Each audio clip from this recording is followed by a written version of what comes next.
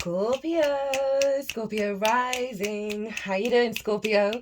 This is your reading for this Sagittarius full moon that's happening on the 11th of June 2025. My name's Chloe. I work with card divination, astrology, and as you just heard, and as you can see, I channel multi-dimensional energies through my body. This both in the form of physical and vocal light language. This brings in healing, attunement, and activation codes to the messages that are going to come through today. Now, this moon is a big moon because it's squaring the nodes.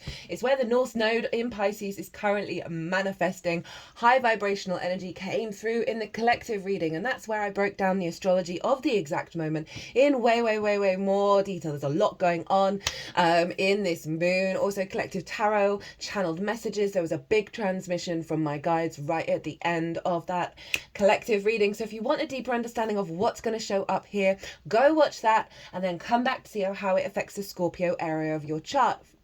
I read for the rising signs. So for those of you who do not have Scorpio in the first house, look to the house it does fall in your natal chart. Look to the themes of that house, and you want to apply those themes along with all the other meaning you've got going on in the sign of Scorpio.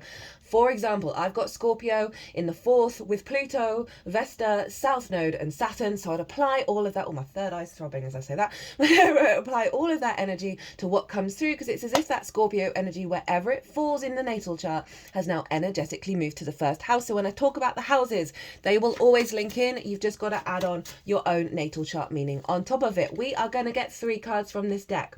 First card is going to be what's the release, and that's because the main message that came through in the collective was, this is a big old rebirth. So what we've released with this full moon, I work with 6-month cycles, so you're not missing out of any of the information, and this is the energy. The next card is the activation code that we get with the full moon that takes us up to the new moon in Sagittarius. So we're going to be working with the energy of the second card.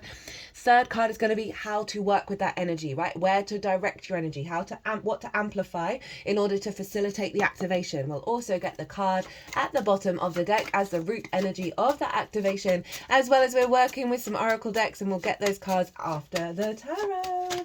Where is... okay, all your cards came out at once.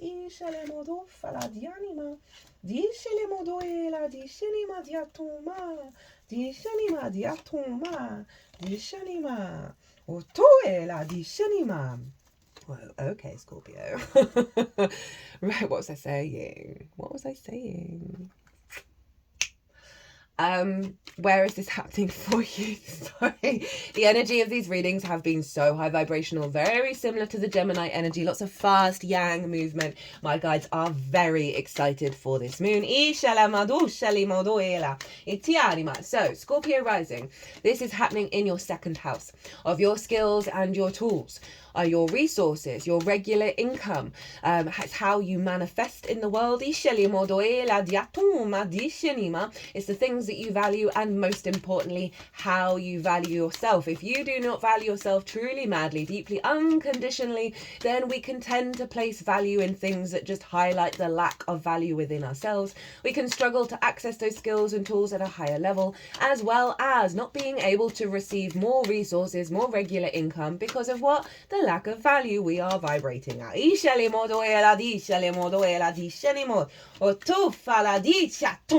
Basically own yourself, own what you bring to the table is always my advice with the second house.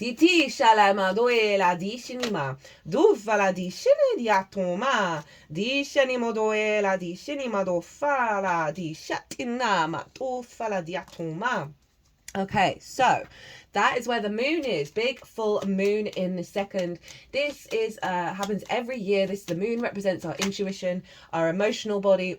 How do we give and receive nourishment, right? Whether our needs are being met or not. So whenever we have a full moon, it can often see a release around blocks, around the themes of the house that it's in. This case, the second.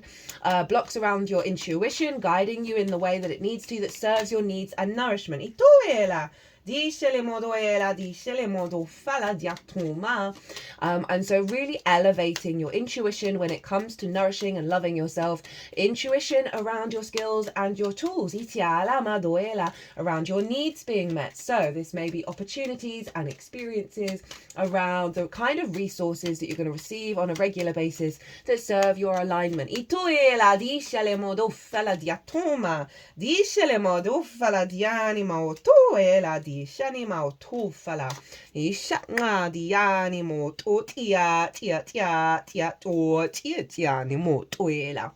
Now, the sun is over in the sign of Gemini in your 8th house. This is the outside world's resources.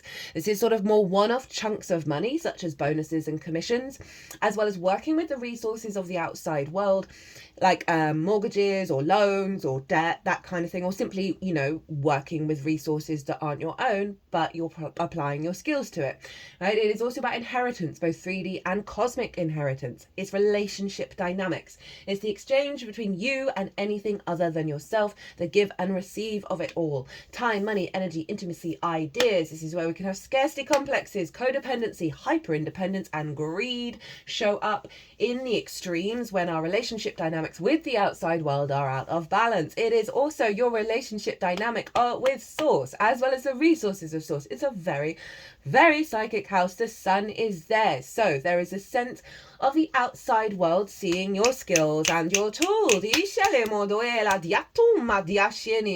Getting the vision and clarity around the kind of relationship dynamics in life, right? Moving away from scarcity. That means that you're able to stand in your full emotional body, your full power of really loving yourself truly, madly, deeply. This is also getting a lot of vision and clarity from Source of how to work with those skills and tools. Bright ideas coming in. The sense of working together with someone.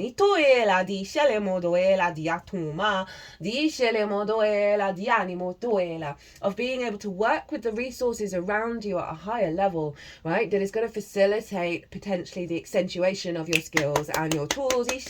Relationship dynamics, right? Codependency, scarcity, right? Our relationship dynamics can have a direct effect on how we value ourselves, and this feels like a big rebirth around that.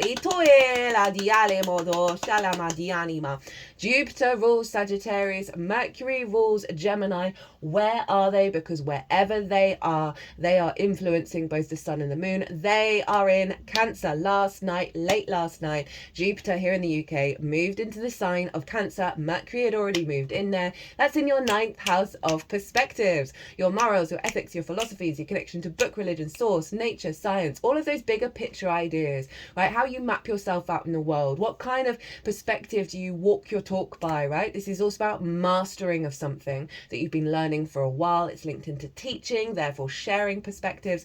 Now, a perspective you can apply to the way that you carve wood, right? It's not just the idea, right? So really big empowerment here. Jupiter is in its exaltation in Cancer. I'm going to do that transit next. Can't wait. Already feeling the good vibes, right? Of this sense of abundance, this sense of opportunities, right? Around your perspectives, right? That's infusing this new sort of expansion of those perspectives. Your ability to pick up the pieces, Mercury, communicate those perspectives, right? For some of you, this might be about, because the 9th house is about publishing. We can also bring in like courses as well that you might start to do in terms of your skills and tools. But overall, you're aligning to your soul's perspectives, right? That is helping shift gear around any distortions around reciprocity and therefore value. Basically, you standing confidently in the way that you understand your perspective and your ability to put it into practice, right? This is permeating throughout your whole chart. Is what I'm feeling right now. Essentially, you know your talk and you know how to walk it. Right, let's get into your cards. So this is what's being released. Remember, all your cards came out at once. This is what's being closed out with this full moon. The Seven of Pentacles. This is the apprenticeship energy, right? This is you've planted seeds. You've planted seeds, you've been tending to them. There can be some frustration with the Seven of Pentacles because, you know, you're not necessarily seeing things manifest. I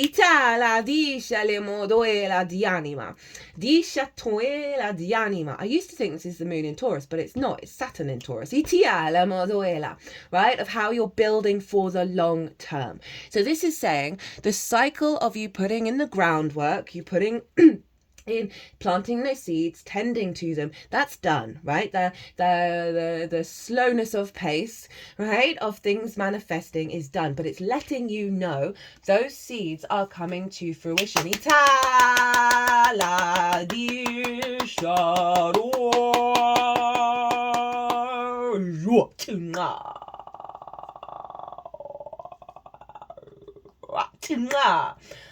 That was an interesting, I haven't sung in that tone before when I'm channeling.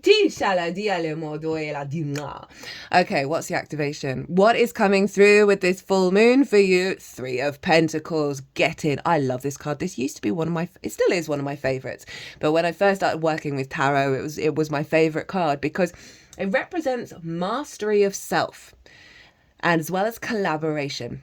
So that's tying in the 2nd and the 8th house of working with other people, working with the resources of the outside world, with source, as well as being in your power, right? This figure here, I always like to, so, you know, parental figures, they want us to go into professions that are going to stick around, right? So they know that we're safe and secure. Well, this figure decided, no, I'm going to go carve marble. I'm going to live my authentic self in the way that I work with my tools and the way that I value myself at a higher level. I trust in it. I'm going forth with it. And because they did that, they stepped into mastery. This is the apprenticeship card. This is the mastery card, right? So it's doubling down on you've done the work to get here. And so there's a real sense of command, of knowing your own truth, of your own skills, of how you build in the world. Fire energy, even though this is Pentacles, fire energy, where Sagittarius is, your fire signs are your building signs in the world. But I love that you've got Pentacles showing up, right? Of really saying this is manifesting in the 3D. And so because this figure operated from a state of mastery, they are drawing towards them like-minded people with different skills, right? So they can build something beautiful and long-lasting because it's a church and churches used to take forever to build. It's also different skills within you. This can be your guides. This can be source of now collaborating and working together to help facilitate the longevity and the beauty of your incarnation.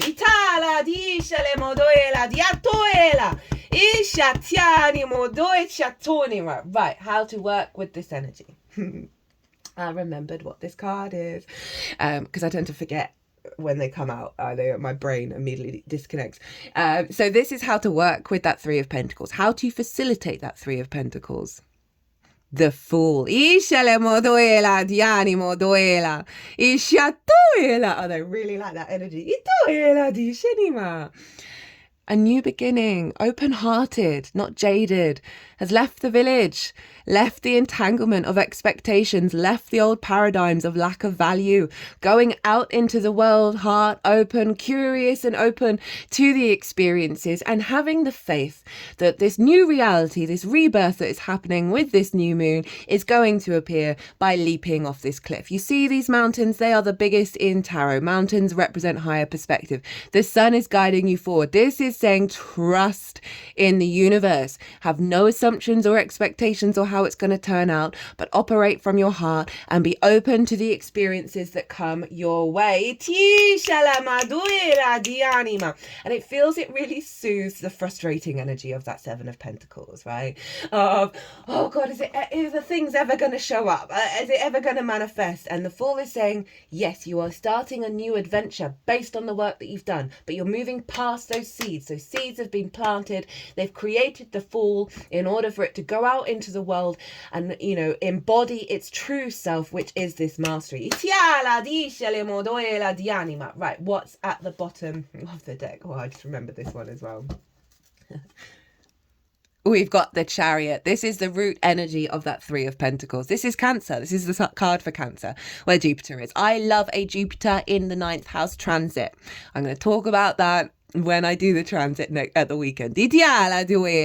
So this is you moving. I love this with the 8th as well as your sense of value, because this figure understands every single experience it has lived through, has got it where it is now, and is part of the process of it moving forward. It's not trying to control, so similar to the Fool energy, because there are no reins, but there is a sense of inner balance, an inner confidence of you taking that higher perspective out on the road, going out in the world. 8th house.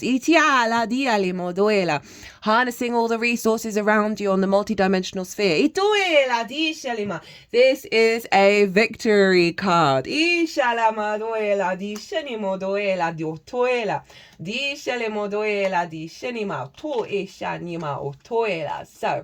first oracle card, we've got perspective.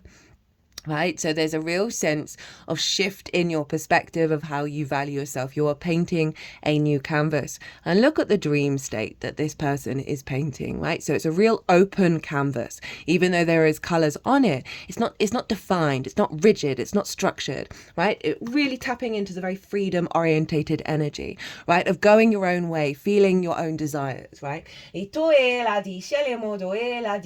for some of you, this may be linked into working with source, right? Diala, Sun in Gemini, getting downloads and bringing them out through a creative pursuit.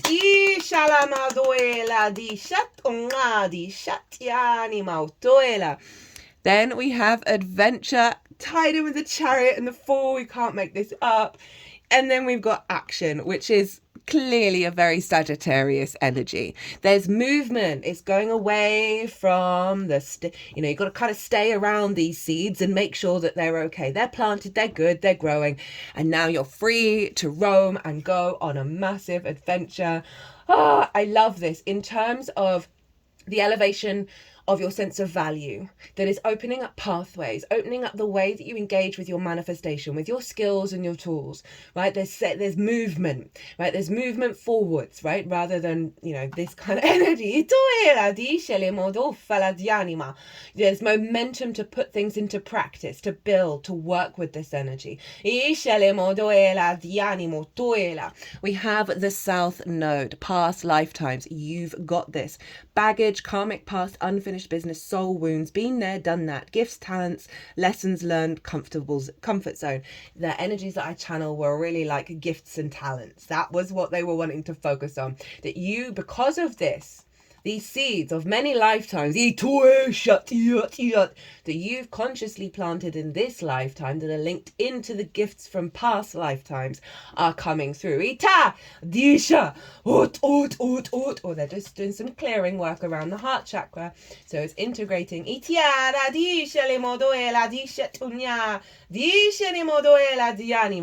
the shadow. It seems that you're reliving your past in an endless karmic loop. You need to get out of it. What's the lessons that you haven't learned? Now, I feel like that is very much past energy, but it's always helpful to have that as a reflection of when you might be falling back into a loop, and it's trying to do is trying to get some perspective out. Jupiter in the 9th is going to facilitate all of that. In the light, you're using your skills, abilities, and wisdom gained from past lifetimes in the best way. You're also settling your karma and dealing with the emotional baggage. This is just great. And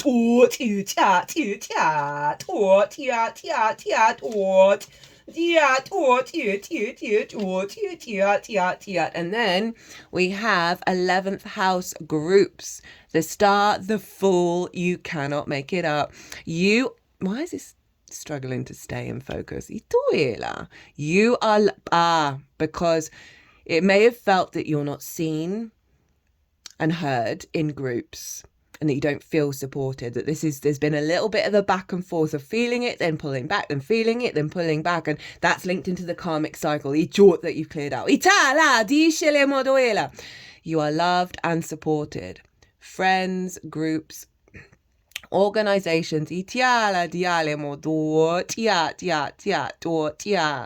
humanity, social media, hopes and wishes, goals, joy, money gain, aspirations, true inner purpose.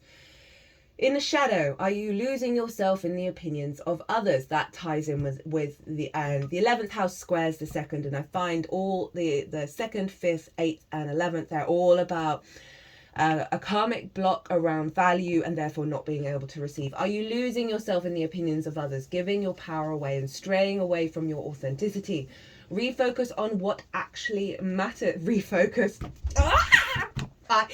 Synchronicities happen all the time, but I love the fact that I still am like a little child and I want to jump up and down with glee every single time. In the light, there could be an unexpected breakthrough. Making your wishes come true. There's financial gain, joy, and loving support on your path. Great things are coming. Now, the 11th house is reaping the benefits from your 10th, right? Which is life path, career. The skills and tools that we have in the 2nd facilitate that. Scorpio, you may be working more in groups. But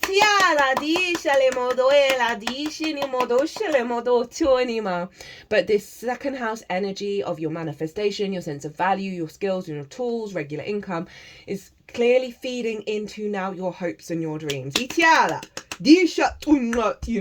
Scorpio, I'm going to leave it there. This is the longest one so far. I'm trying to keep these really short. What an honor and a privilege to read for you. If you want a private reading, my details are in the description, but I'm just so excited. Details in the description box. The website is there as well. Scorpio, be good to yourselves. Be good to those around you. Safe travels and be well until we meet again.